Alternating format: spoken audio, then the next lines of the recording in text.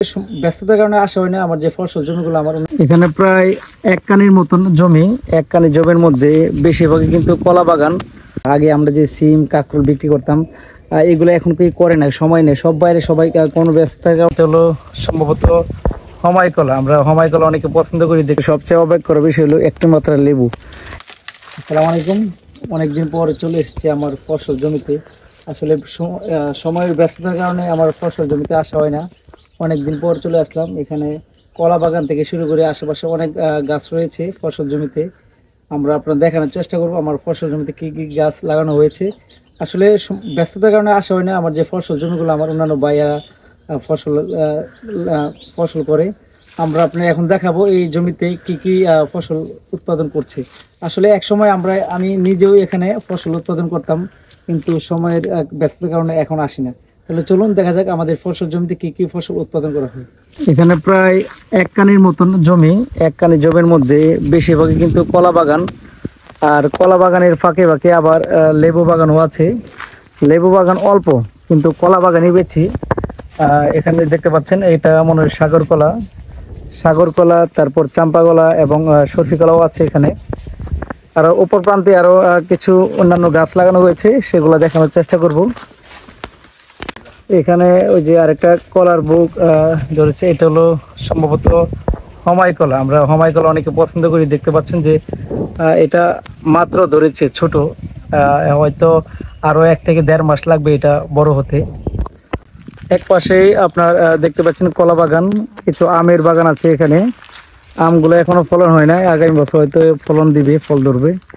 আর অপর পাশে যে জমিটা রয়েছে এখানে দেখতে পাচ্ছেন বড়ই গাছ।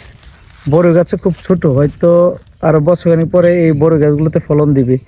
আসলে এখানে একসময় আমরা কাঁকরোল সিম এগুলো করতাম, কিন্তু প্রায় 10 বছর যাবত এই জমিতে আসা হয় না। 10 বছর আগে কিন্তু এখানে শসা, কাঁকরোল, সিম আরো বিভিন্ন ধরনের শাকসবজি আমরা লাগাতাম।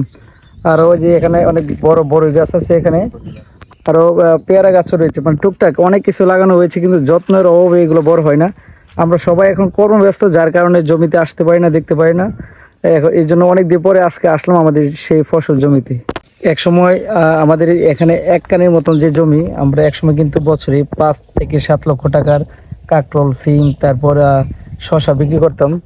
টাল সিস্টেম ছিল আর কি। এখন আসলে আমরা সব বাইরে কর্মব্যস্ত থাকার কারণে জমিটি এক ধরনের ঝোপঝাড়ে ভরে গেছে, বড় বড় গাছে। এখন ফসল জমির দেখে বুঝে জানে যে এটা ফসল জমি, কলা বাগানে ভরা। আসলে যে কোনো জিনিস যত্ন নিতে হয়, যত্ন না করলে এখানে থেকে রত্ন পাওয়া যায় না। আসলে কলা গাছের ফাঁকে ফাঁকে দেখতে পাচ্ছেন কিছু লেবু গাছ লাগিয়ে দিয়েছিল, কিন্তু সবচেয়ে অবাক করা বিষয় হলো একটি মাত্র লেবু পেলাম এতগুলো বাগান থেকে। আমি লেবু নেই আসলে, আর যেগুলো আছে সব ছোট ছোট। আসলে এখানে কেউ আসে না, এই যে এক কানি ক্ষেত, কেউ আসে না, শুধু কলা বাগান দিয়ে ভরা। তাই আসলে যত্ন করতে হয় সব কিছুর। একটা মাত্র লেবু পেলাম, আর ছোট ছোট লেবু।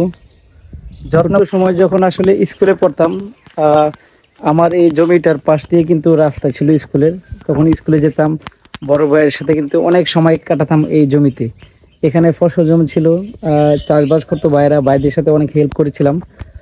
আজকে এসেছিলাম অনেক দিন পরে সেই জমিতে, যেখানে দেখলাম শুধু কলা বাগানে ভরা। আগে আমরা যে সিম কাঁকরোল বিক্রি করতাম, এগুলো এখন কি করে না, সময় নেই, সব বাইরে সবাই কোনো ব্যস্ততার কারণে জমিতে সময় দেওয়া হয় না। শুধুমাত্র কলা বাগানে ভরা পুরো জমি। কিছু কিছু জায়গায় কলা ধরেছে, কিন্তু যত্ন নাই, অল্প। অনেকে আবার দেখি যে কলা বাগানে কলা ছিল, কিন্তু চুরি হয়ে গেছে আর কি। এই জন্য আসলে যত্ন করতে হয়, কিন্তু পরিস্থিতির শিকার সবাই, অন্যান্য ব্যস্ত থাকার কারণে জমি করার আসলে আগ্রহ কেউ নাই। খুব খারাপ লাগলো জমিতে এসে, যে এত সুন্দর একটা জমি, মানুষ লাখ লাখ টাকা আসলে বছরে আয় করে এই জমি থেকে, কিন্তু আমাদের বাইরে আসলে কর্মব্যস্ত কারণে জমিতে সময় দিতে পারে না, জমি থেকে আয়ের উৎস তারা পায় না আর কি। তাই আসলে অনেকদিন পর আসলে আমিও চেষ্টা করছি যে আমার কর্মব্যস্ত পাশাপাশি কিছু সময় জমিতে দিব, জমি থেকে কিছু ফসল উৎপন্ন করব। এ পর্যন্ত যারা আমাদের সাথেই ছিলেন ভিডিওটি, সকলকে অনেক ধন্যবাদ। ভালো থাকুন সবাই। আসসালামু আলাইকুম।